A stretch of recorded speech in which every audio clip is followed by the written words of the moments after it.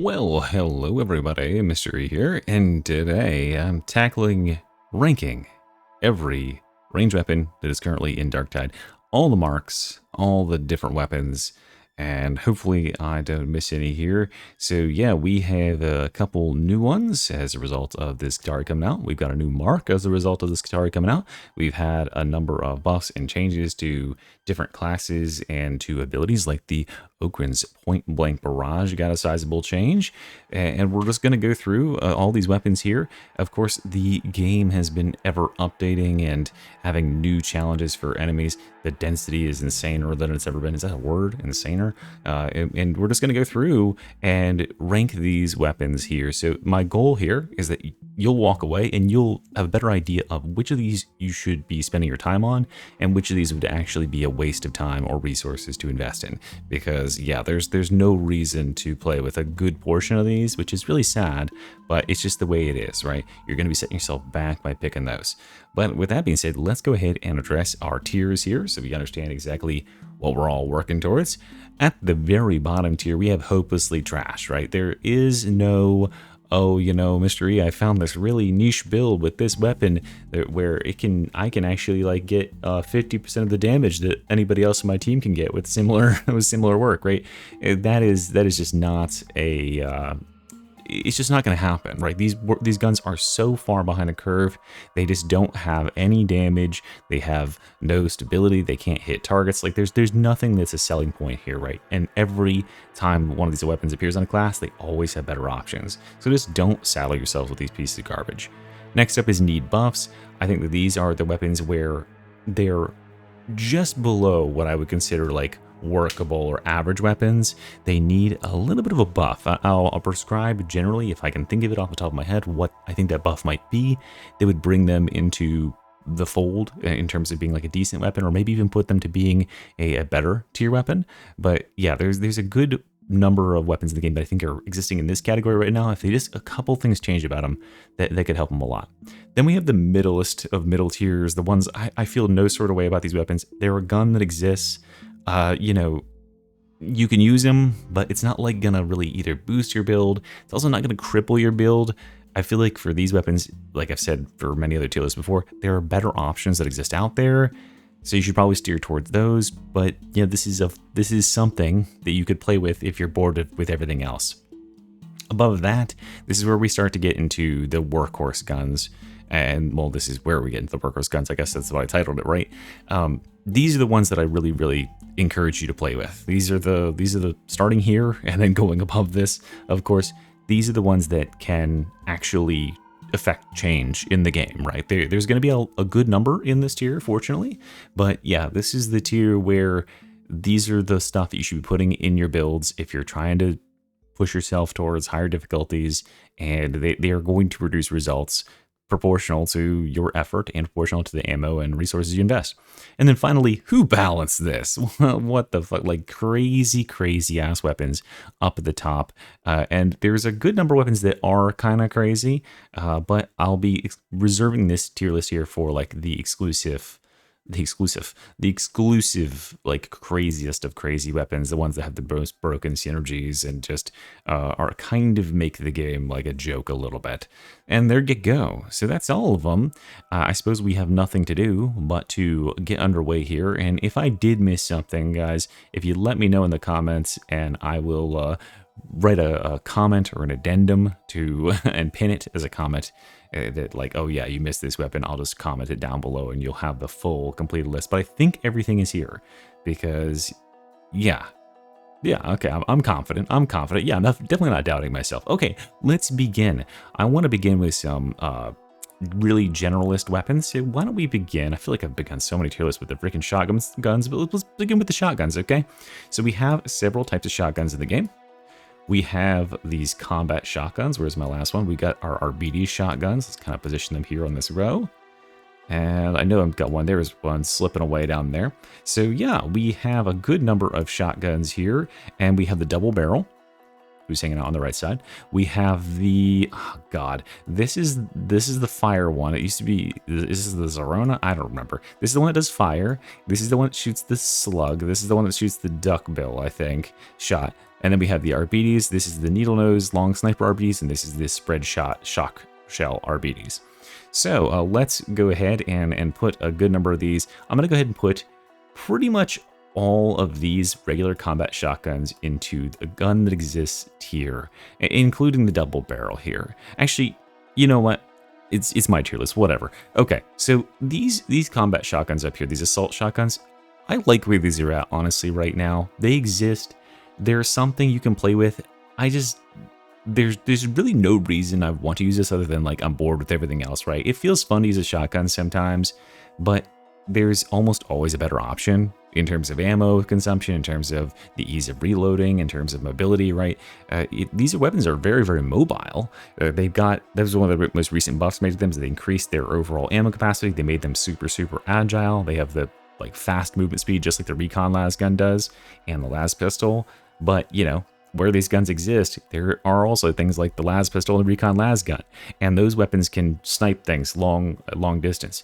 And this is the thing I'll say about shotguns in the game, is that guns in this game, they need to do two things. They need to kill enemies, and they need to kill enemies at range. So getting rid of enemies at range, these are okay at it, but not nearly as solid as something else. And that's where I think that the double barrel falls behind, is like the damage for this gun is not nearly like so crazy that it, like, you know, eclipses these, and it's really, really limited in range. Like, there's some cheesy stuff you can do where you can, like, reload shells and, you know, free reloads of shells, etc. But I don't think that offsets the lack of like usability, the use case for this weapon, because you're so close in to get it to, like, actually do anything, and even then it might just knock them around and not kill them, which feels bad. I know that it does have, like, man stopper and stuff, but it's mostly just a direct damage weapon. So yeah, I don't know what exactly I would do for a buff for the double-barreled shotgun. Yeah, hard to say what exactly you would get, but it could at least move faster or something. I don't know what the deal is there, but yeah, it's not exactly good. I would definitely rather use a combat shotgun over the double barrel right now. However, the other shotguns, the RBD shotguns, get to go up here. They are workhorse weapons, especially the shock shotgun, the Mark III. I want to say this is like the 8 or something like that, and this is the Mark III. But the Street Sweeper, the snub nose shotgun, it's the superior of the two.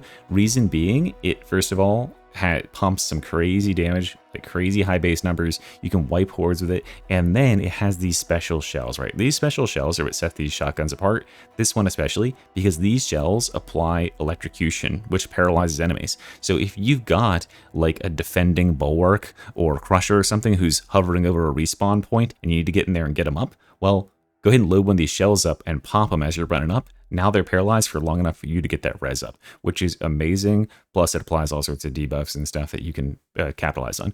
The other shotgun over here, it can apply brittleness with its shells, which is not nearly as good, but it's still pretty good, right? It still does very, very solid damage. This is like a crazy counter sniping and counter like gunner weapon. You know, in addition to keeping some portion of its shotgun ability alive, you can like just pop a sniper with it at a quarter mile away and it'll kill them. So yeah, both these guns are really, really solid, and you can tell the difference in terms of their power between these and these from their stat line. Like these are so much more powerful at a baseline. I guess we should also grab up the other shotgun. I guess this is also a shotgun, the RBD shot pistol. Oh boy, this thing is, I love this. This is my favorite secondary on the RBDs because you get to get a shield with your gun. And the shot pistol that it comes with is already very competitive in terms of damage. You've also got, what is it? I forget what the blessing is, but the blessing where when you hold down brace, or when you're blocking with the shield, you're stacking power up to 40%. So that you're blocking attacks, and then you fire a shot at whatever's shooting you, gun or whatever, and it's going to stagger them, it's going to kill them, because it's pinpointing shot or pinpointing target or something like that. And it's extra strength, which increases your stagger as well. But yeah, really good to have a shield, because then you can run a non-shield primary and then have this in the backup. You never know when you might need just a shield.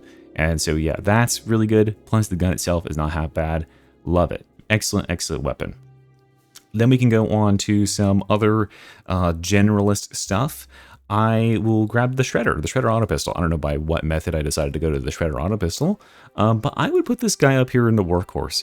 I want to give this guy credit for climbing his way back up from the dregs of existence. He was at the start of the game, the very, very start of the game, he was considered one of the best in the game. Then he went way down, and then he came way back up. His base damage and his blessings are such that, yeah, he can stack strength and actually put out a very competitive amount of damage. It's a very solid, very fast-moving weapon with high stagger.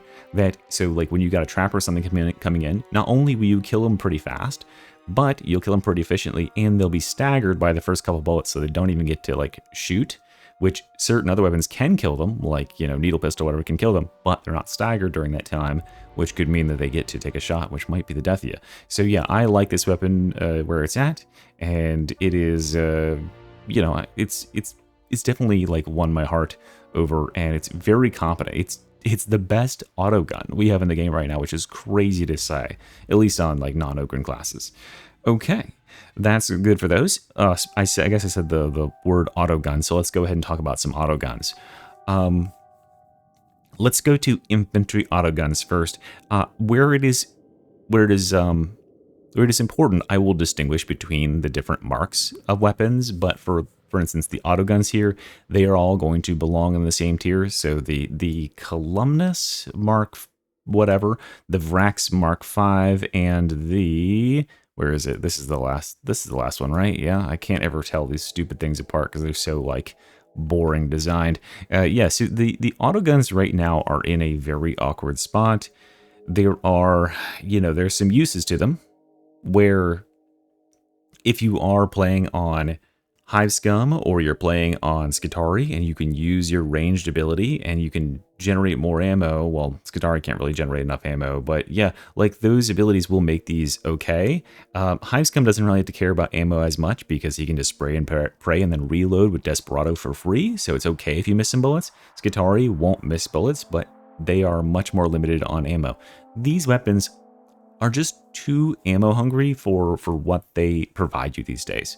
So the way I started to think of it is, okay, we have several talents in the game. We have a veteran aura that replenishes 1% of your team's ammo every 5 seconds. We've got the Skitarii thing, which is like 1% of your reserve every 15 seconds or so. And if you start to think about it in that perspective, you start to think about, okay, if I'm replenishing 1%, right, how impactful is 1% of my ammo? Because the percentages of your ammo are also what you replenish from, for instance, like the small and large ammo bags. So like a small ammo bag, I think, is 10% at a baseline of your ammo, and that gets reduced when you play on Havoc. So yeah, like in baseline games, 10% of your ammo with these things is, I think, like 50 bullets or so. It's like one mag. You know, I think that's probably how it's supposed to be designed, but yeah, it's like one mag, which... one mag on this weapon, there's certain weapons, certain enemies it just straight can't kill, and even on enemies that you can kill, it's just not gonna do, it's not gonna get that many kills for the mag, right? Because it'll take like 10 rounds to kill an enemy, or even if it doesn't, you're gonna like spray it too much and miss. On the Skitarii, yes, you can get a lot of headshots with it with advanced combat doctrines, but even then, you could just play a weapon that can shoot them and kill them in one shot instead of like 10 shots or 5 shots or whatever, and conserve so much more ammo. I just think that, like, because these used to be like absolute single target melters, and the game used to be so much more focused around like individual single threats coming towards you and you would like blow them up with this rifle, that was when it was like at its peak. But now there's so many threats. If your weapon doesn't contribute something else, if your weapon can't do a little bit of AoE splash, or provide some, I don't know, something else for the, in terms of like boosting its damage, I just don't think it's there. So these are just too hungry for what they ask. I think that a very good comparison to make with them is the Shredder Auto Pistol. The Shredder Auto Pistol is much more consistent at claiming kills because it doesn't rely so much on getting headshots for its damage. These are very much like headshot focused. If you're not getting a crit or a headshot, you're doing almost no damage with these things. The Shredder Auto Pistol's base damages and its scalings are better for that. So yeah, this is like just too ammo hungry currently. They could increase the ammo capacity like a lot. That would probably help. And then you would be like, okay, yeah, because I'm like, I want to be a bullet hose. I want to spray and pray. But when I have like 10 mags total, that's not going to carry me very far in a game, and especially not in Havoc. Like these are straight out in terms of Havoc gameplay, unless you're playing Hive Scum. All right, from there we can go to their worser cousins, the braced auto guns. These are in the hopelessly tier, unfortunately. I really love the concept of the space DACA. This is a braced one. Sorry, there's a glare on my screen. I think these are all the braced ones here. Yeah, like the DACA of these guns. I get the fantasy that's going here. I get that we're like doing the Rambo where we're like going to, you know, just spraying around like that. And they have high stagger or whatever. They have some okay penetration. But again, you know what else has high stagger? You know what else can do that stuff? It's the Shredder pistol that just absolutely mogs on these things. These things look like absolute trash in comparison. And probably the worst part of it is they have like no synergies with anything that's good in the game currently, where like crits nor headshots are giving them any buffs. They get super low buffs on crits and headshots. So like having more skill or having a stronger critting build, which is like a lot of the strong builds in the game right now, does nothing for you.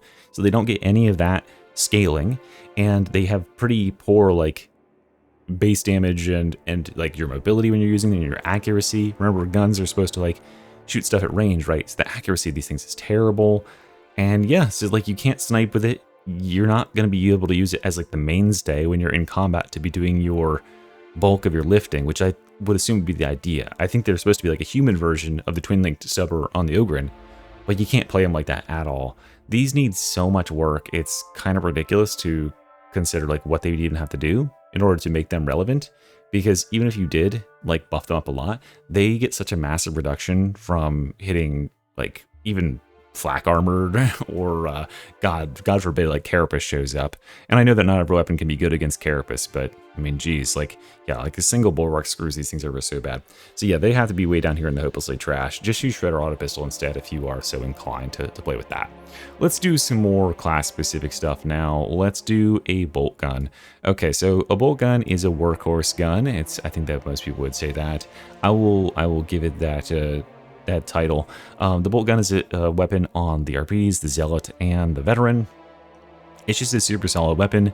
It doesn't have the best ammo capacity in the world, but it can sort of double, moonlight as both a sniper and a horde clearer and a boss killer, because it can dump a lot of damage very quickly. You could also alternatively use the second form of it, the sort of more howitzer AoE splash version of the bolt gun, which is also very much a workhorse. This thing, it can still like one-tap a lot of gunners and stuff, but it now can splash and erase hordes and make space for you. You know, of course, this guy is really slow to equip, slow to reload, but overall, I think it's definitely one of the weapons that actually has a place in the game currently, like even like, you know, somewhat, right? It's definitely not just an existing gun. It's a gun where like, okay, I need some boss killing potential on my Arbites build. Bolt gun, right? You slap that bad boy on there and blow some shit up. So yeah, it's definitely a fun weapon for that. I wish, I don't know if you can make it too much more powerful, but it has lost a little bit something. I think that a lot of it just comes down to, again, the ammo consumption just being too high, and that might be my like bias as being a Havoc player, where net ammo is nerfed by 60% down to 40% total. That sucks because the bolt gun is very hungry compared to other weapons that do similar stuff. But yeah, it is what it is, right? Not every weapon can maintain relevance at all difficulties. So I'll definitely give it workhorse there, though, because it's much powerful enough to clear like Auric and stuff. We can also talk about, since we're talking about a veteran weapon, let's talk about Hellbores. I don't know. I always feel like, I think Hellbores have to go right in the middle for me.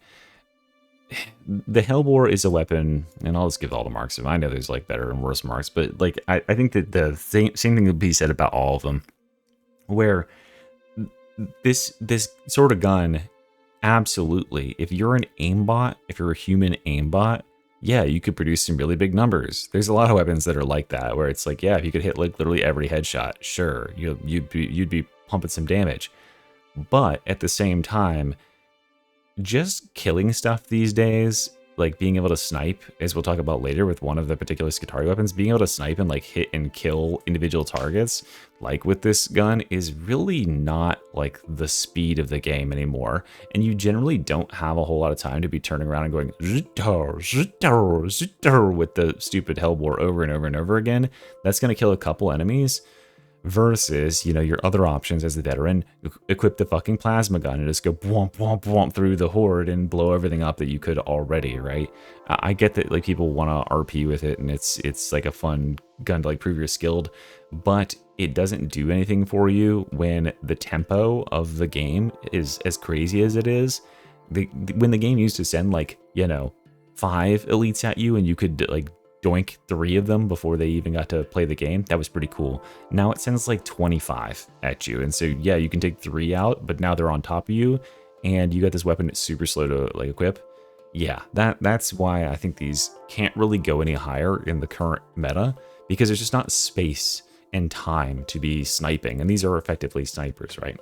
The bayonet's pretty cool though. I like that the bayonet is like really good at breaking shields for no fucking reason. It's pretty fun. We can also let's do a zealot weapon here, the flamer. Hell yeah, the flamer is super good. Definitely a workhorse, the best gun on the zealot for sure. What I have to always encourage zealots to do though is, if you see other people are capable of clearing the horde, don't waste your juice on clearing the horde with this, right? We get it, you're trying to pad your damage numbers, Billy, but like, holy shit, we can kill the last like horde with no pressure when we got an Ogre and a Psyker. You don't need to pull out your thing. Plus, you're wasting time where you could be regenerating your stuff, but you know, your cooldowns. Because when your cooldowns are not up, if you go in melee stuff, you get your cooldowns back. You don't get that by using the flamer. So I see far too much like flamer use. I feel like it should be used when there's a big thick metal horde coming, get a ton of value out of it, not on some stragglers, and definitely not when you're in a phase where, oh yeah, you could be building up another chorus or another charge or something like that right now. It's just not necessary. But absolutely, hands down, the most powerful weapon you could put in the secondary slot on the zealot. However, you got to bring the knives with the throwing knives, because otherwise you're not going to be able to snipe anything, right? You can't get rid of like trappers or stuff that is incoming. So definitely a good weapon there. Why don't we also do a weapon that I used to run in my secondary, the Revolvers. When I was a zealot only main until like level 600 or so in the zealot, back in my day, there was only one revolver, the Zerona, and now there's 2, the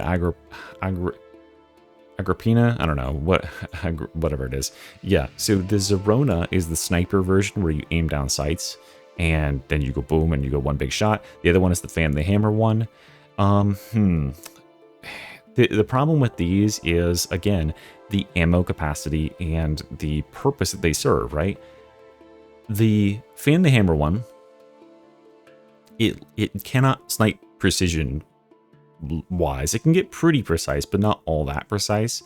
And it does have one good blessing, which is like hand cannon, which can rend armor, so you can still use these things. Both of them have the same blessings, right? They can still be used to kill like carapace or whatever.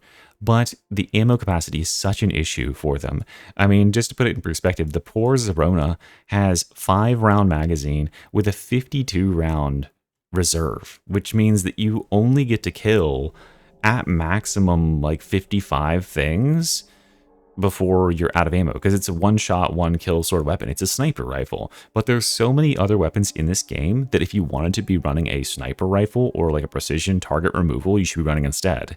And they are way more efficient, they're way easier to reload and play with, and they're faster, etc. I just, for single target removal these days, this weapon is too powerful. It's overkill on like all but like 2 targets in the game. It's like, yeah, you can do some good damage to crushers, but everything else you're overkilling by like 3 times their HP. And they took that extra damage it does in one shot out of its ammo capacity. So yeah, you overkill the fuck out of them, but your trade-off is that you will not have very much ammo. And that's not good for a secondary, I don't think. So I'm gonna put both of these in the gun that exists here. I think that honestly, I would probably have to rate the Fan the Hammer variant a little bit higher these days, even though I like the sniper version more, just because the Fan the Hammer one gets a bunch of extra ammo. It has a little bit more reasonable ammo reserve, even if it has less base damage. But also, again, you don't need that base damage. The amount of damage that a headshot crit does with these is so high, it's completely overkill for even enemies on Havoc 40. Like, you're just overkilling gunners by like 2,000 damage. No thanks. Like, I'd rather just have more ammo and do it more reasonably. So yeah, I think they're good. The reload is kind of annoying, but you know, definitely, they don't really have stats. It's just like they're missing out on the viability and havoc and stuff like that, just because they're so single target focused and they're so lacking in ammo consumption. Okay. What do I want to do next? Let's do some Ogryn stuff. We gotta do the Grenade Gauntlet. Hell yeah, workhorse gun. This is the mainstay for Ogryns right now. I wouldn't say this weapon in its own right is all that powerful. Like, it's got a good ammo capacity. It's got a little bit of an AoE to it. Its direct impact with the grenade will kill most targets. One or two of them will do that job. You know, instant blowing up bursters and stuff is really nice. And the bracing is probably what this weapon is best for, because you can shoot, you can just brace it and be ready to shoot at all times and be regenerating with the Ogryn's passive at the top of his tree there. The braced regeneration, that's really good. So this weapon has found a very, very, loving home on the Ogryn. He uses it very well and he loves it a lot. So I'm glad that he has it. Yeah, it's a good gun. It's probably the best, most well-rounded thing to equip in your secondary slot as the Ogryn. Now, we do have some other guns that I think are creeping up here. I will say that the Twin-Link Stubbers on the Ogryn are moving up, and then this is only in the context of point-blank barrage. But before I had them way down here, so I'm gonna split the difference. I'm gonna put them in a gun that exists now. Now this is the Gorgonum, right? This is the Krork, and this the Aklis. Sorry, Aklis, Gorgonum, and is the middle one called Krork? I can never remember what the middle mark is called because I don't think anyone really uses that. The Gorgonum, in my experience, maybe I need to be like shown the true light by the Ogryns that be, but I find that the best one for me is the Aklis, the fastest firing variant. You have to use these with point blank barrage to get the effect out of them, right? Because that'll apply the fire stacks or the rending or whatever it is, and you'll get a bunch of ammo back, which will help to offset the fact that these things are super ammo hungry. But with all that combined, you can put out some really, really crazy damage numbers. Cool, right? That's something you can do. It's just that I'm gonna rate these here just to average out that, like, okay, if you use these on anywhere but not point blank barrage, bad. If you use it on point blank barrage, good. Would I recommend that you be running point blank barrage with Twin-Link Stubber of all the weapons you could use in the Ogryn with it? Probably not. So I'll put them here just to say, okay, yeah, they can produce some pretty good damage. And then in terms of my favorability, this one's the best in terms of which one would be best at point blank barrage.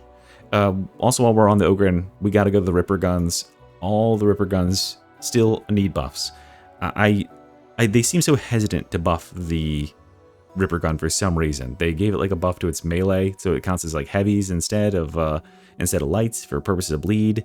But they're missing like what people want out of this gun. They're missing what I want out of the gun, at least. This gun is supposed to be a shotgun. It's supposed to be a drum mag assault shotgun that, like, it's an automatic shotty. And it does not feel like that. Like, it was a shock to me when I read what this gun was actually supposed to be in the lore. I was like, wait, I thought this was like some sort of weird, like, scatter gun. This weapon feels, I used to play a lot of Roadhog back in Overwatch days. This weapon feels like Roadhog's, like, scrap cannon. Because that thing couldn't hit dog shit past, like, 1 inch away from your face. And it was literally so random, like, where the scatter of, like, metal or whatever fragments went. That's exactly how I feel with these Ripper guns, where it's like, it takes forever to set up with, you feel really slow, and then when you shoot, it's like, okay, that target's, like, maybe 10 or 15 feet away from me, and I'm watching as, like, half the pellets I'm shooting are hitting the walls and shit around them. Like, it's crazy how inaccurate these can be. The only way that I've found, like, to make a build that's effective-ish with these is, again, with point-blank barrage, because it offsets the brace movement and it gives faster fire rate and controls their stability, etc.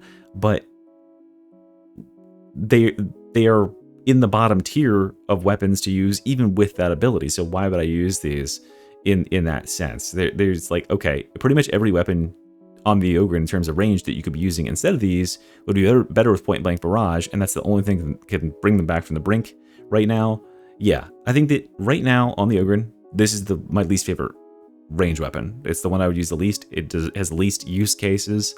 It kind of gets mogged by every single other thing. So yeah, it definitely needs buffs. It's not so hopelessly trash, It's not like completely dog shit bad, because it does have some, like, it's close-ish, I guess, but it's still really, really in the water, in the dog water. Okay, now why don't we do the bolt pistol? I think this one just jumped out to me. So we got 2 bolt pistols here, 100% workhorse guns, these guys. What a great sidearm for a number of classes. Arbites has it, Veteran has it, the Zealot has it, the Psyker has it. Psyker can use this. No, this might be a glitch or an exploit, but Psyker can use this in combined with the Warp Shock Slash on the Force Greatsword. And if you swap correctly, you can get it applied the bleeds that this thing does at range to the Warp Shock Slash, which is funny. But yeah, these things have the extra bleeds on direct hit. Now they removed that from the explosion radius, but it at least bleeds on direct hit, which is good. Stacking bleeds is free damage, and like 1 or 2 shots with those 8 stacks of bleeds after 2 shots is usually enough to finish off a lot of targets. They have very high impact, which means you can like knock dogs and knock trappers out of their animations, etc. The bolt pistol also here has that radius increase on explosions, which is very, very juicy on all... Oh, and Hivescum has it too. On all the classes that have explosives in their kits, whether it's a blitz or whatever else, it'll increase the explosion radius, which is really, really cool. So yeah, that's a really good little side buff there. My favorite thing you can do with these is I like this one, the second one. This is a more AoE focused one. What you can do with it, if a burster, now I wouldn't try this with modern day bursters because modern day bursters are fucked in the head, but if a burster is coming in and it's about to dive on you, you shoot your feet with this and it'll knock the burster back and you'll be safe. So, and you can do that with, like, if an ally doesn't see a burster coming in, you can wait till the burster jumps at them and then shoot the floor right beside your ally and it'll knock the burster back and save your ally. It's pretty cool to be able to like distance push a burster like that. Pretty fun, and it's definitely a very swag strat. But yeah, these are definite workhorse guns. They've definitely secured a spot up here at the top. We'll also give some credit to the Infantry Lasguns. I made a build with these back when Expeditions came out, and I haven't really touched on them since. I know that they are very ammo efficient, but I run into the same issue I do with the Hellbores, which is why I'm going to put them into the same category as the Hellbores. They are guns that exist. I just find that if I'm playing with this and trying to play into the density and the craziness that is Havoc, I'm just kind of like challenging myself for no reason, right? I could just be playing with a gun that is slightly less efficient, yeah, with the Recon Lasgun or the Las Pistol or whatever else, right? And be getting way, way better results. Not that this weapon has bad results, but those ones have like absurd use cases that can put them over that edge. Maybe I should swap these. I don't know. I'll give it a gun that exists. I just don't see anyone playing with these anymore. Yeah, and I mean, there's no prizes for guessing why, but like, what is the purpose of this gun on the Hivescum, right? It does direct damage. It can snipe and be precise, and it can go like shoot. But if you're going for fast automated shooting with the Hivescum, if you're going for Desperado build, you'd want to go with the Uzis, which I will give Workhorse for that purpose. You know, they can go full auto Uzis. They can shell out a lot of damage at close range, right? That's what their purpose is. This is like, I don't know, it doesn't do enough damage in the spray down mode. It doesn't really synergize with anything crazy on the class, and it's not the fucking Tox pistol, so why am I using it? If I wanted to go full auto Hivescum, I'm doing this. I'm doing the infantry auto guns. Yeah, it's just, I don't know. It's really cool. I like the concept of the weapon. Super precise, definitely like a skill cap sort of weapon. But at the same time, there's power creep weapons that I should just be recommending that you use instead. And let's go ahead and talk about those since I'm kind of talking around them here right now. It's the Tox pistols, the Needle pistol. Good Lord, who balanced this? These weapons are beyond broken. Now, the one that you should be using is this one. I believe this is the Mark II. So, I mean, just kind of ignore this one exists, but the Mark II is just the superior version. The difference here is that the Mark II, when you switch to the blue mode, there's 2 modes here, right? There's a yellow mode and a blue mode, which you activate with Weapon Special. The yellow mode, it applies double the stacks. So it applies 6 stacks of Toxin. And 6 stacks of Toxin, by the way, does about 200 DPS. Or sorry, is that right? Yeah, it does 200 DPS. Yeah, because it's like 70, but actually on like bosses and stuff, it'd be like 300, and that can be scaled by the perks on the weapon. So if you have this weapon and you've got a plus unyielding on it, and you tap a boss one time with one needle, you're immediately doing 375 DPS to them because they're ticking for roughly like 125 damage every 3rd second. For forever, and then you can go up to 30 stacks, and the toxin scales linearly. So 30 stacks is 5 times that, right? So you start doing like 2,000 DPS just with this needle pistol alone. It's absurd. So these things are like game ruining. They are so integral to just allowing the Hive Gun to pump out incredible amounts of like bonus damage that he does not need in any way, shape, or form. So like all you have to do, you can go watch like my most recent video where I was talking about what was I talking about in the video? Oh yeah, when I was ranking the classes, right? And I'm talking about Hive Scum. I solo 2 bosses back to back in the clip. I just have a bone saw and a stim supply pack. I have like no damage talents in my entire tree. It's all defense. All I do is I shoot the boss when it comes in with the needle pistol 5 times, and then I just proceed to hit them once every 2 seconds with the bone saw to keep the stacks up. And they fucking melt. They get destroyed. And that's on Havoc 40, right? So now imagine you're a player who's playing on Malice or Heresy or Damnation, right? Where the health amounts for bosses are half or less, right? They're like 1/4 what Havoc 40 bosses are. Because Havoc 40 bosses have like 100 KHP. This is ridiculous because this just completely ends the fight. If your Hive Scum can put 30 stacks of toxin on the enemy by shooting them 5 times, it's GG, it's over. They're not going to survive that. And you don't have to do anything, you can just run around and block. And this is also off the back of the Hive Scum who has Pickpocket, which just means he can infinitely replenish 20% of his HP just by getting a single melee kill.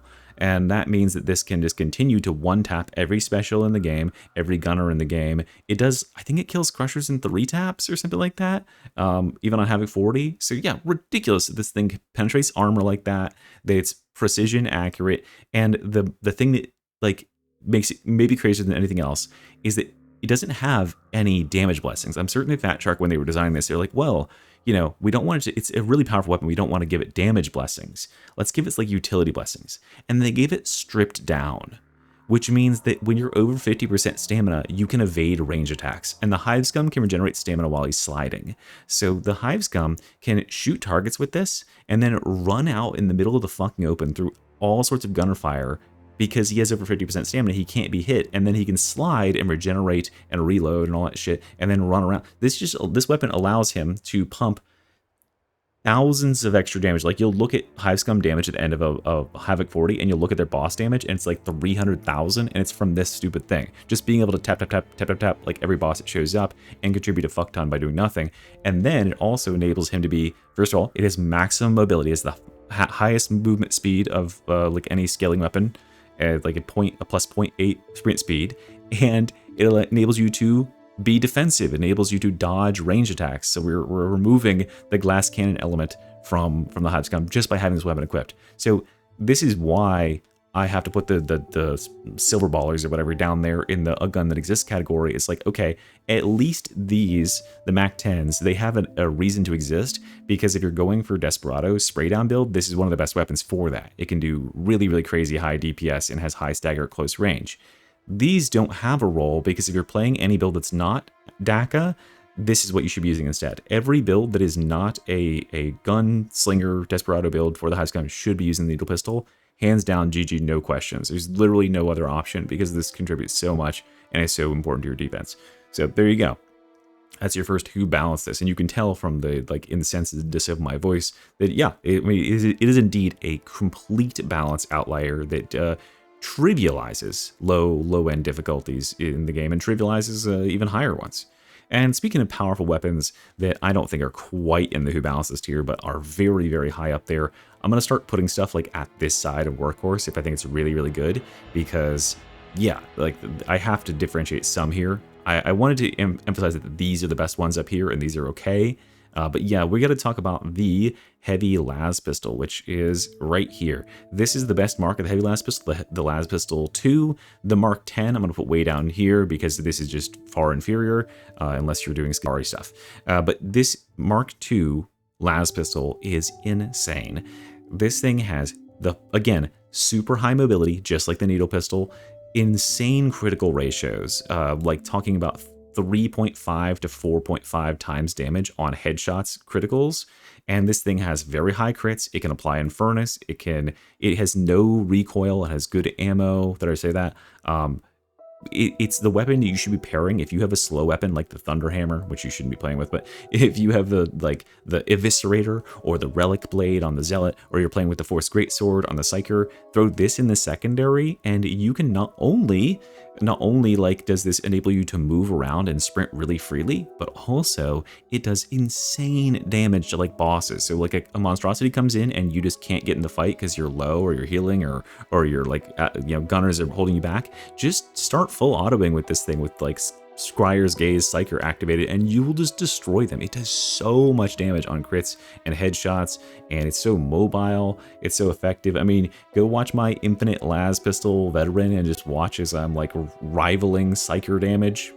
Granted, you have to actually kind of aim with it, but it's ridiculous. It's ridiculous what this stupid thing can do. It's definitely like one of the most insanely statted weapons in the game. And as soon as Advanced Combat Doctrines is fixed so it doesn't drain all your charges in one fell swoop, this is going to be one of the strongest guns on the class, on this Guitari. Because like this and this even, the ability to hit only headshots and have boosted crit rates is disgusting. Like you will be doing crazy fucking damage with those two combined. Okay, from there, let's do the Recon Lasguns because they're in a very similar category. They are up here. I'm going to put them up here. I think all these Recon Lasguns are pretty good. The worst one is the brown one, so I'll put that at the back. The best one, in my opinion, is the gray one, I think is the... So the slow firing one is the worst. The really fast firing one and the middle firing one are the two that are in competition for the best. The really fast firing one is very good at quickly getting burn stacks, and that is how you want to play this weapon. There's two blessings you must use on this weapon. It's kind of a solve thing at this point. You play Infernus and you play Dum Dum, because Dum Dum scales all of your damage to everything that's within 20 meters of you or whatever by up to 30%. And Infernus, that burn damage is scaled by Dum Dum, so your fire does more damage now too. And that Infernus burn allows you to pretty much just like tap opened up bulwarks or dogs a couple of times and then be like, oh, yep, they're dead, they're cooked. They've got 12 stacks of fire. Almost every enemy dies to that. There's almost no surviving for most enemies. So yeah, just put those burn stacks on there, especially if you're playing with like my mod pack or health bars of any sort, and you can see what the burn stacks are on enemies and like their health status, and you see that, oh yeah, they've got half health and they've got 12 stacks of fire, they're fucking dead. I can move on to another target, and you don't even have to be accurate at all. The headshot multiplier with these is not important. The crit rate is really important, obviously. Critting is good with Infernus. What I'll say is this is a top-of-the-line weapon on the Veteran. I would contend that this is Veteran's best weapon. I know that a lot of people would say, oh, it's plasma gun or whatever. I think this might be Veteran's best weapon because it can contribute so much, and it is so efficient over the course of the game, and it scales so well at burning down bosses, and just like, yeah, it's just so versatile and so easy to play with. Plasma gun is also obviously in the contenders list, but I mean, this thing can do some really, really insane work with those Infernus stacks and just general direct damage. So yeah, love this gun on my Veteran. I wish there was more like it. I wish there was more weapons like it where I could go full spray and pray Veteran and have fun, but alas, we got a lot of shit living down here. Speaking of living down there, let's go ahead and put our Vigilant autoguns down there, as is tradition, guys. Let's shoot in the Vigilant autogun really quickly. What a waste of a weapon. Like, I just genuinely don't even know why these are in the game at this point. Like, you know, they gave him a buff. What was that? In October or so of last year, and it was not anywhere near enough to make them relevant. I heard from somebody that like Fat Shark wants there to be like different tiers of weapons so that there's some element of like there being power weapons and like chase weapons in the game that can like hype people up to play with them or something. But to me, that seems so stupid, where it's like, you know, you've got these weapons. Why don't we just like swing for the fences with it, right? You can always revert the change.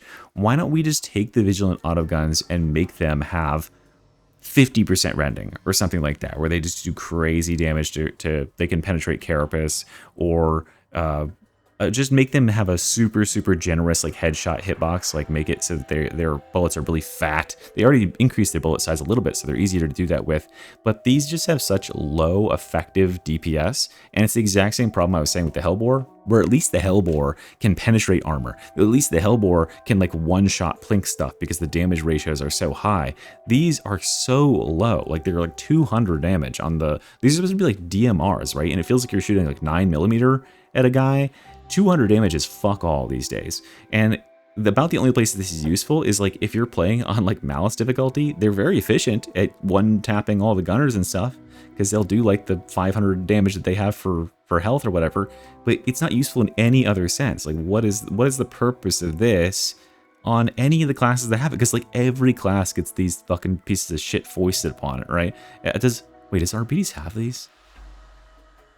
The fact that I can't think of whether or not Arbites has these means I've never used it, which means they're terrible. I don't think he does, because I know he has braced autoguns, but I don't think he has infantry autoguns, does he?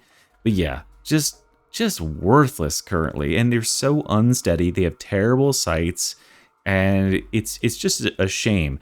The funny thing is like all these weapons, the infantry autoguns, the braced autoguns, and the vigilant autoguns were all designed by the same like team of like testers and stuff, and you can tell that they were created in an earlier, more like preliminary, I think that they were also maybe created alongside the Infantry Lasguns, but they were created in an earlier form of Darktide where like it was much more about the gunplay and like the gun mechanics, and they were balanced around that, and they've been struggling to like drag themselves out of that being balanced hole ever since, because every other gun in the game has run away from being balanced like hard as fuck. And what I was told was that like, okay, yeah, like these weapons, you'll see that they have unique mechanics that other weapons don't. Like they have like actual recoil, like spray patterns that you can learn, and they even have inspect animations. Go into the Psychanium, or next time you're playing with one of these guns, which I would not recommend, but go into Psychanium with it, and if you hold down the inspect weapon button and then you right click, I think it's right click, you'll unload the magazine. You can inspect the magazine too, but that's only on these weapons. It's like something that they abandoned doing for everything else. It's really cool, but like, yeah, these have tried to remain realistic, but we have like a bunch of these. I would say that like most of the good weapons in this game play much more like Destiny weapons, right? Where they have like all these additional magical effects and they apply bleeds and burns and they explode, right? And then all the worst weapons are just like the white weapons you pick up at the start of every Borderlands game, right? It's like early game Borderlands weapons versus late game Borderlands weapons. But yeah, these are very early game Borderlands weapons for sure. Anyway, I digress. That's enough shitting on Vigilant autoguns. They just have no hope. I don't know if they'll ever get buffs to be relevant, but that's okay because we got a lot of good weapons to play with. Let's talk about the Ogryn's Vigilant autoguns, the heavy Stubbers, the single heavy Stubbers. I think these are fine. They're guns that exist category. The best one is this one, the fast firing. Is this one called the Cork? I can never remember. I know the big one is the Gorgonum here. I'm confusing it with the Twin Lake Stubber, but the fastest firing one is the best here because what this purpose of this serves is to whip it out and go pump pump pump and snipe, you know, one or two gunners down. They're good because you can brace them while you're shooting, which gives you the benefit of the brace regeneration from steady grip that Ogryn can get, but they don't really scale like other Ogryn weapons do. And if you wanted to play with a weapon that can do this and brace and shoot and get kills, just play with the Grenade Gauntlet, honestly. These are very, very ammo efficient though, but I think that the ability to whip out the Grenade Gauntlet very quickly, comparatively, and snap off a shot is way better than these, which will take a little more to do. And the explosive nature of this grenade, not only does it knock things around, have good stagger, but it can also explode bursters and stuff instantly. These don't have that, so that is a downside here. These two actually, is this a unique among weapon families, but I think it might be. This one right here has a different set of blessings than these two. These two have sniper blessings, like deadly accurate or whatever, where you get that extra critical headshot stuff, and this one doesn't have that. I think that's true, where like this is the only weapon family I can think of that has that dissimilarity between them. But yeah, they're fine. Like I don't really foresee them getting any buffs or any nerfs. Yeah. Okay, now we're down to the really good stuff, the stuff that I'll need to talk a little bit about here at the end. Let's go ahead and get some of the Psyker stuff off the table. We have the Voidstrike Staff. I'm going to put this in the needs buffs category, okay? The Voidstrike Staff is the staff that has fallen the farthest behind out of the stabs. Stabs are incredibly powerful right now. All the other stabs are disgusting. No questions, right? They're going to be up in the top of the tree. This one, however, is way down here and needing buffs. And the thing is like, if they buff it too much, it'll get crazy. You get carried away and like roll games.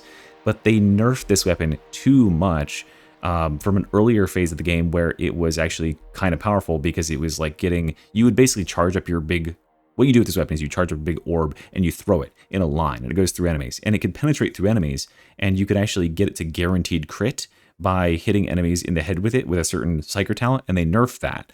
So yeah, it got a big nerf in that way, and this weapon takes so long to charge. It's like, I'm gonna charge my laser, and then you shoot one orb that goes in a straight line.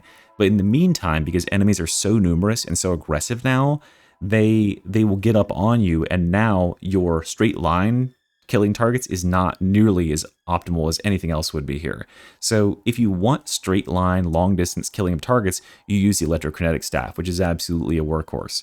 So this is something where I've seen the light on it by being, basically being abused by psychers who know, what to do with it, and just absolutely having them ruin my games, basically.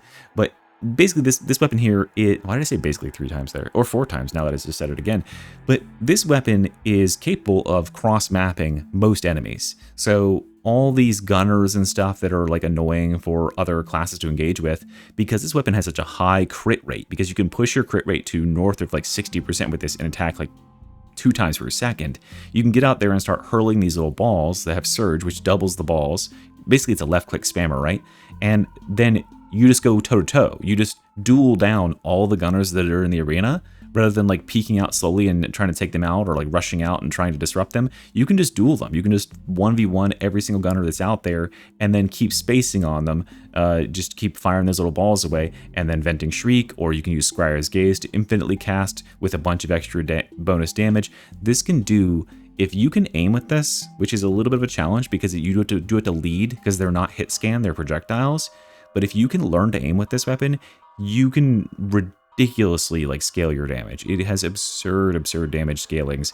And I think perhaps my favorite way, because I was doing this with the Challenge Psyker stream, playing with this and like venting Shriek is very fun as well, because venting Shriek will give you area to clear out hordes and stuff, which this weapon isn't that great against, and also a little bit of stagger. And then when enemies get close to you, like crushers and stuff who aren't directly killed, you can then use your lightning to paralyze them, and like use a charge right click to paralyze them and get distance, and then go back to spamming balls at them. And the right click lightning has a very high rending modifier, which means you can get through armor too. So this weapon is absolutely very strong at what it does. And yeah, so this weapon is just a better version of this weapon, because this one, all it can do is spam weaker versions of the same balls and a larger ball that isn't unnecessary. And so and this is also way slow to charge, like crazy slow to charge as well. So yeah, geometrically, these two are the same, right? Shoots in a line, but the geometry is like being that slow is bad for this one. However, a similarly slow weapon for the Psyker is the Void Blast Staff, but the geometry of this one is far superior, because it does an AoE, a circle, and it staggers. It has one of the highest stagger like values in the game. It's equivalent to Veteran Shout, right? You can knock down captains when their shields are down. You can knock over crushers and stuff like that. Actually, it's not equivalent to that, because you can't knock back bosses, but you can knock over crushers with it. So you can be secure in your immediate area and keep things crowd controlled and do damage and apply burns, etc. with this very potent weapon at controlling hordes. Even if it doesn't do as much direct damage, it's a battlefield controller. It's definitely, I think as far as the stabs go, this one is in the best spot for me, because when I see psychers that are playing with this and they're playing well, I can respect them, because they're not absolutely fucking annihilating the scoreboard. They're doing respectable numbers, and they're controlling enemies and their stuff like that. It's definitely much preferable to the other option, which is pretty much all I see Psychers doing, which is the Purgative Staff, which I guess we'll just go ahead and talk about it now. Who balanced the Purgative Staff, and when can we get a nerf from this stupid thing? It literally just, I feel like it just ruins my games, honestly, because the Psyker as a class is held back by being so attached to the stupid thing. Like we can't even get a good, accurate depiction at what the Psyker is capable of, because this weapon is so dominant. This weapon will just play the game for you. You could literally have 0 talents. I bet you, I could like sneak my ass into a Havoc 40 and then unequip all of my talents and play Flamestaff Psyker. I could probably top DPS in the game, right? Like you get pretty close anyway. But like this weapon, it doesn't do anything to enemies, like, for the most part. You're not, like, helping your team with it, unless it's range enemies, which for some reason this staff panics, so they can't attack at all. So it turns off range enemies. You can left click with it to stagger back, like, even up to ragers and stuff for some reason.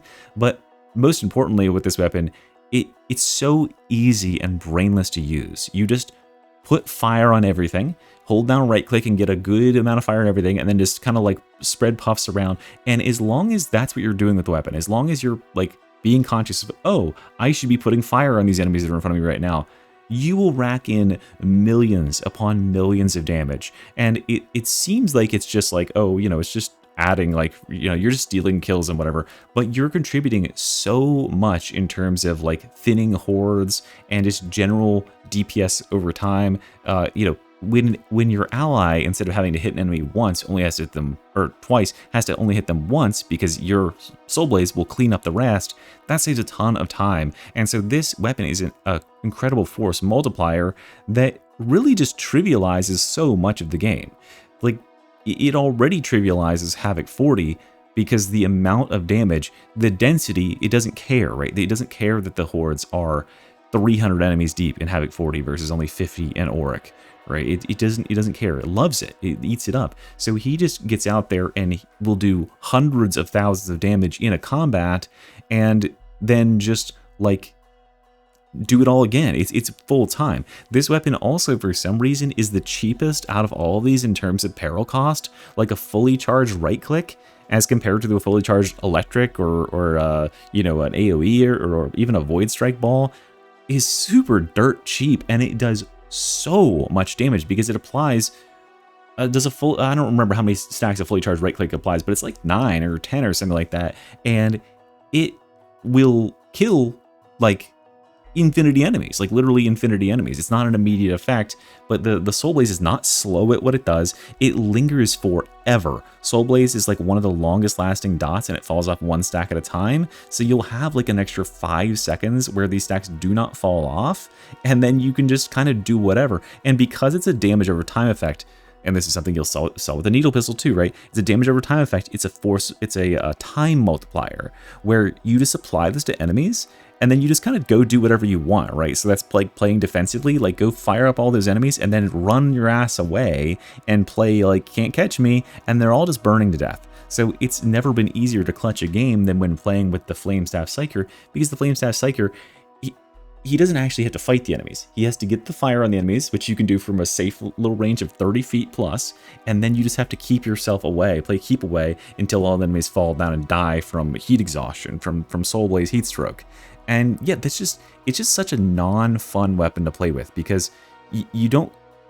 It just kind of steals the game from you, right? The game is supposed to be fighting hordes and getting through this stuff, and it does so much damage that it trivializes a lot of that. And I can only, like, you know, I play pretty much exclusively like Havoc 40s, right? And I can only assume that this weapon is, now granted, Psykers probably suck at lower difficulties, like they probably don't know how to use it, but probably on like Oryx and stuff where there are players who know how to use this thing, it's probably so annoying to play with this and just not even really get to like play the game and experience it in the same way that the needle pistol just kind of like steals kills, like, you know, steals boss fights and stuff from you, where it just ends them on its own. Yeah, that probably has to really suck, like just having that happen, where it's just, oh wow, cool, the Psyker's wiping every horde out. I don't even get to like play my cool horde clear like Ogren build. I don't even get to tank anything because it's all burned to death. Yeah, that's what I just don't like about it. And it's just so sloppy. It requires no skill. It doesn't require any accuracy or headshots. It doesn't even require any peril management. It has, of course, perfect synergy with the venting shriek, so you can stack even more damage and go to 31 blaze stacks and kill God. It's ridiculous. I at this point, like, this weapon needs a nerf so bad in terms of just reduce the burn damage by 50%. Fuck, like, just because they've demonstrated that they're capable of changing like the way that different blessings work on different weapons, right? So why don't we reduce Blaze Away on this weapon to being like half or 1/3 as powerful as it is? Like it got, it's 40% on this weapon, right? You get a 40% damage buff from using Blaze Away on a stupid thing, and that same perk is reduced to like 15% on the arc rifle, right?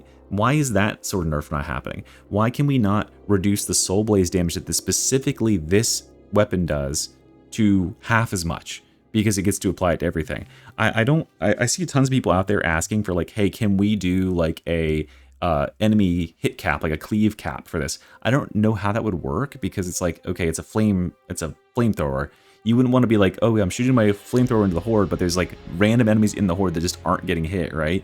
You could reduce the range as well and make it so that it doesn't reach like 30 feet, and instead you have to be pretty much right in enemies' faces to use it, and that would make it so that you can't just like keep enemies super safely far away from you and keep suppressing them and stuff. It also needs to have the suppression effects on gunners removed, because the fact that this offensive weapon can stop all gunners from attacking is broken, and it also probably doesn't need to trigger empathic evasion such that you can evade all gunner fire while it's going on. I mean, I would honestly be perfectly happy if they nerfed this thing into the absolute dirt, and then like, or just completely reworked it into something that's like way better for the game. And then Psychers can have their other stabs to play with, because the other stabs are very powerful too, and there's tons of powerful Psyker builds, but this one is just going to only be used because it's so brain dead simple, and it just ruins the class. Like, I just don't want to play with Psychers that are using this shit because it's so boring for all parties considered. Anyway, that's just my little rant about that. Jesus, how long did that take? Oh, an hour? Okay. Anyway, let's get on to our last few selections here. We'll talk about a Skitarii weapon next. I'll give it the Galvanic Rifle. The Galvanic Rifle is going to go in gun that exists. You know, I don't know. Maybe no, I don't know. I feel like because it's here with the Revolvers, right? I think it goes with the Revolvers. This weapon is just not what we all expected to live up to. I think it's pretty obvious on its face that when the class came out, everyone was saying, oh, I'm going to only play with the Galvanic Rifle because it's so cool. Like, I saw it in the thing. And then, you know, now I look around and what are people playing with? Playing with Phosphor Pistol, playing with Arc Rifle, right? These players know it's powerful and they want to play with what's powerful. They don't want to play with stuff that's like mid. And this weapon is just like the Revolvers and stuff. It's too overkill for what it does. It doesn't have that much ammo in the reserve. And like, why do I need a sniper rifle in a game like Darktide these days? By the time the game gets hard and you actually have the skill to aim, this sort of weapon is not going to be what the game wants. You don't want to be sniping at that point. You want to be like getting into the combat and applying debuffs and like all sorts of crazy stuff. And yeah, it's got like pretty good headshot and the critical ratios and whatever, but like, are we really doing that? Like, we could do advanced combat doctrines if the ability wasn't broken, but there's better weapons to use with that, you know, namely the Arc Rifle and probably the Las Pistol too. So this weapon is just weird to me. I don't know. I don't want to put it in needs buffs. It's not bad enough to really need buffs. It's probably fine. It just seems unfair that a weapon is cool and like aura as this weapon is not like more standout. However, let's give a round of applause to the Phosphor Pistol, which I'm going to put at the absolute top of workhorse guns. This is a incredibly powerful weapon. It straight obliterates the Revolver. It doesn't care about getting headshots, which is okay because its critical ratio is massive. Its base damages are massive. Its fire stacks it can apply are massive. The criticals, the critical chance, etc. The phosphor debuff that it applies, because this weapon not only does it burn enemies for up to 15 stacks of burn, but it also applies a debuff, a damage taken debuff. So even just hitting an enemy one time increases their damage taken by 15% for some reason. I don't know why they get that. And that seems to be permanent. Like, you shoot them one time and it's just on them for like hours. So yeah, disgusting weapon, super fun, super snappy. I love the animations on this. I love just plinking a guy and he's like gets blown away. It's the fact that it doesn't really care about headshots that much, but it's all about like just shooting dudes in the chest. Feels awesome. This is such a good weapon all around, and I'm very happy with the power level that it's at. It's strong, right? But it's, you know, it's got a good amount of ammo, but it's not like disgusting. It's not game breaking. It can augment your damage a lot, but it's not breaking the game, right? It's not stealing the show. Not in the sense that the last one will. And then we'll talk the Kickback. The Kickback needs buffs. I'm gonna put Kickback way down here. It needs buffs. Actually, I'll put it in gun that exists. It should probably get buffs. Yeah, I'll needs buffs. Not enough ammo, right? Not enough ammo, or like needs to do something else at this point. A single shot weapon in Darktide that doesn't kill a lot of targets is useless.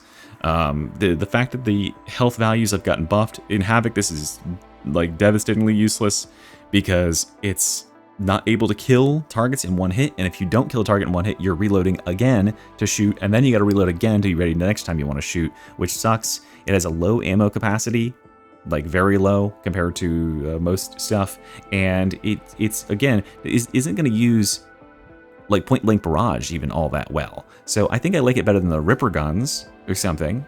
I put it on the same par with the double barrel shotgun here, though, even though it can like snipe better, like counter snipe better. But it's like, okay, I want a weapon that's like gonna get rid of stuff at range or do some like crazy damage, and it really doesn't fit either of those niches.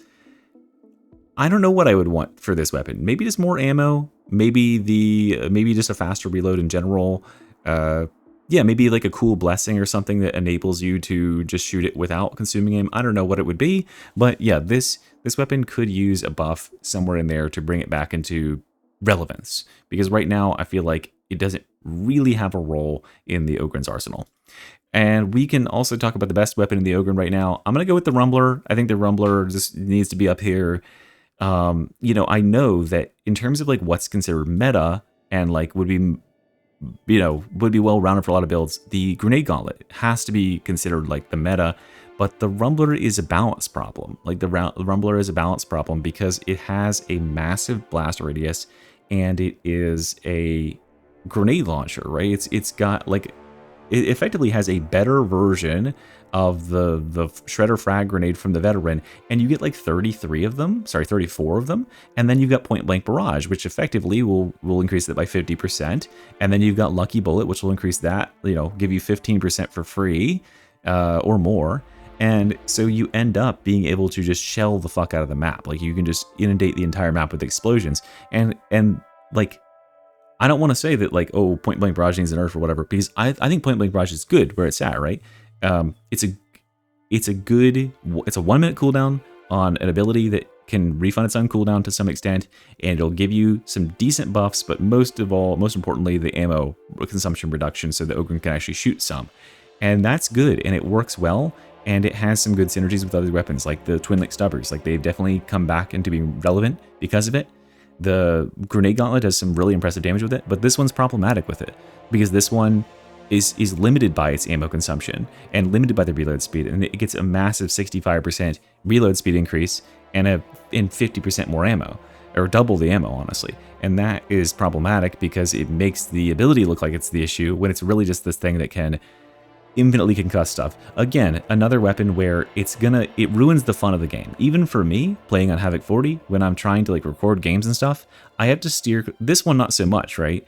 This weapon is broken, but it's not going to ruin the game in the same way that these two do, where when I'm trying to play and record and trying to get a good clip, both of these weapons will make my clips useless, because this one's going to kill so much stuff and erase hordes and things like that. It would be good demonstrations of my build's power, and this one is going to concuss everything such that, and also kill it, but it's just going to be laying around on the ground and burning and dead, and I'm not going to be able to actually like do anything to demonstrate, oh yeah, like this build is cool and it can like fight these things, when it's just being repeatedly exploded by Rumbler, like when a whole horde of crushers gets like knocked to the ground and exploded by it. So yeah, I just, you know, it's fun. Obviously I made a ton of builds with this, you know, I've made Ogrynheimer and I've made like the like Explode Grin and things with this build and with this gun, and it's super powerful, but it just isn't, it's probably not fun for other people to be on the team with it, especially once you pass the point where you stop caring so much about winning and you want to more have a good game experience where you get to play the game and test your own skills, etc. And we'll talk a couple about the last two plasma rifles here. We have the OG plasma rifle and the new Mark III. So both of these are workhorse. I've played a good couple of games with the on Havoc 40 with the Mark III, and I actually like it. I actually think it's quite okay. You will still have retained the light clicks for being able to like penetrate and hit individual targets, so you still have that. But for the most part, what I do is I run this and I use my new Spheric Command or my Surface Skull in general to deal with individual targets. And then when it's like big hordes, especially of like metal and maulers and things, this thing actually does we all know what the deal with the regular plasma gun is, right? Like, that's fine. They can be a regular workhorse, but for the Mark III, if you have a group of crushers or ragers or something, this thing will mulch them. It'll explode all of them. It does really, really impressive stuff. But you need to heavy charge it. You need to charge it up. So it can take a second. You need a little bit of spacing to do it. But what I found is that, like, okay, if you use it very sparingly, if you just use like one shot every time you encounter a situation like that, it can contribute a lot, and it isn't all that ammo hungry, because you get like, if you have the extra 25% ammo, you have like, what, 300 rounds total or something, and it takes between 5 and 9 to shoot. So you get at least like 40 shots, which can wipe a big metal horde. So it's quite, and it's high stagger too. So yeah, it's quite nice at that. I definitely think it's capable of being a workhorse that would serve a role as a secondary for both veteran and for Skitarii. So I like it there. And then finally, the Arc Rifle, the newest ascendant to the God tier, who balanced this category. Disgusting weapon, disgusting. You might have seen my video from earlier today on this thing. Just nasty. Because this thing, I think that what they did, like, if you look at the weapon itself, they cut the ratios for critical down to 30%. They took the headshot ratios off entirely. It doesn't get any benefit from getting headshots. And then they nerfed all the blessings on the weapons. Like, Blaze Away is nerfed from 30 to 20. Blaze Away is nerfed from 40 to like 15%. Dum Dum is nerfed from 30% to 20%. And even still, this weapon does such runaway insane damage because it has so many synergies with the class. You can apply guaranteed 40% brittleness with it just by shooting 4 times. Then you can arc behind that, and the arcs, you know, they can penetrate. It has a very good ADM, meaning it doesn't care about the armor of the enemies, and it gets the benefit from the extra damage on electrified enemy at the top of the tree there. If you're running that stuff with this weapon, you could pump like way more damage than I think was ever intended. And I think I talked about this in the weapon video when I was specifically talking about this weapon. If you take a lot of other weapons in the game and you take their base damages and then you multiply it by the amount of shots that they have, they end up in like around the best ones end up around the 80,000 damage range. Like, that's where the Recon Lasguns and stuff end up at. But this weapon is a 500 base damage, and it has over 200 rounds. Or it has like 40, and then like, I think it's like 210 rounds to start with, right? So that's over 100,000 base damage. And then, of course, you can hit multiple targets at the same time. It's not just a one hit hits one enemy. It hits multiple enemies. And then you factor into all these damage increases and stuff. And the potential damage out of one fully charged arc rifle here is like 500,000. And it is competitive with some of these weapons. It is absolutely competitive with these weapons, where like before you take this weapon, I was playing well, even in the game, you can see the gameplay footage where I was maxing this weapon. I was playing with a Flamestaff Psyker, and in the next game, I swapped to this, and immediately his ratio of the damage compared to mine, it equalized, because I was able to cross-map murder whole hordes with this thing before he could. So we were like, just, you know, it was like I was able to annihilate massive hordes too. And this even has better synergies with, like, you know, power overload, and you could do the arc ability from Voltaic Emitter, because it can pre-charge enemies and electrify them already, so that your hits will then arc and explode them. So yeah, this, out of the weapons that are up here, in terms of like which ones I think are the best, like for the game, this is the one that I like being in the who balances tier the most, right? It is super powerful. It is not balanced in terms, it has too much damage, of course. That is true. However, it is not ruining people's games like the Rumbler or the Flamestaff is concussing everything, and it is not a broken weapon that gives you not only just insane boss damage or like single target insta kill, instant remove anything damage, and also makes you immune to like gunner fire. It makes you able to run around at light speed and not take any damage like this thing can do. This is cheating. Like, this is cheating because it cheats out like thousands and tens of thousands and hundreds of thousands of boss damage across the course of the game, and you can evade all range attacks. These are just abusing enemies with AoE. This one just feels like a very powerful gun, right? So it's just a super high S tier gun It's, even though you can stack some crazy damage on it, it can't quite make me as mad as, like, you know, the balance breaking of these two.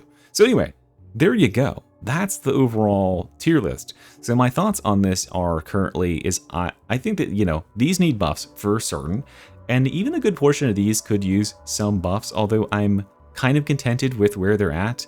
You know, not every gun, I think that not every gun has to be up here. Not every gun has to be up here, but I do believe that every gun deserves to be at least here. You know what? Like, the Galvanic Rifle, it's not the best gun on Skitarii. It's not even, like, remotely close, but it's still good enough that I would feel okay making a build around it. They would have some pretty good performance. I'd be like, I could run this into an Auric and it would do a really good job, right?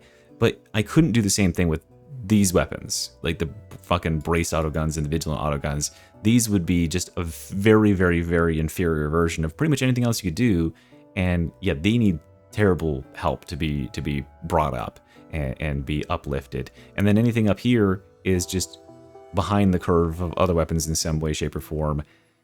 The world's their oyster, right, is what I'm saying. They could do all sorts of things with these weapons to improve them, as they've tried to do with the Ripper gun and making it like the extra melee weapon emphasis there. They could do all sorts of stuff to help these guns out, and I really wish they would just swing for the fences, right? Just go try something crazy. Try something crazy, just like we did with the Power Maul on the Ogryn. The Power Maul is my favorite example. We'll talk about the melee tier in a little bit, but the Power Maul is my favorite example of a weapon that it was once terrible, and then they reworked it, and it is now one of the best weapons in the game. It is very, very powerful. It's very fun to play with, and they could do that for these guns. And yeah, I would really love to see that. So anyway, guys, thank you very much for watching. Hopefully this tier list helped you to see where the power lies and go try to make some builds of your own. And thanks for watching. I'll see you next time. Mystery out. Bye-bye.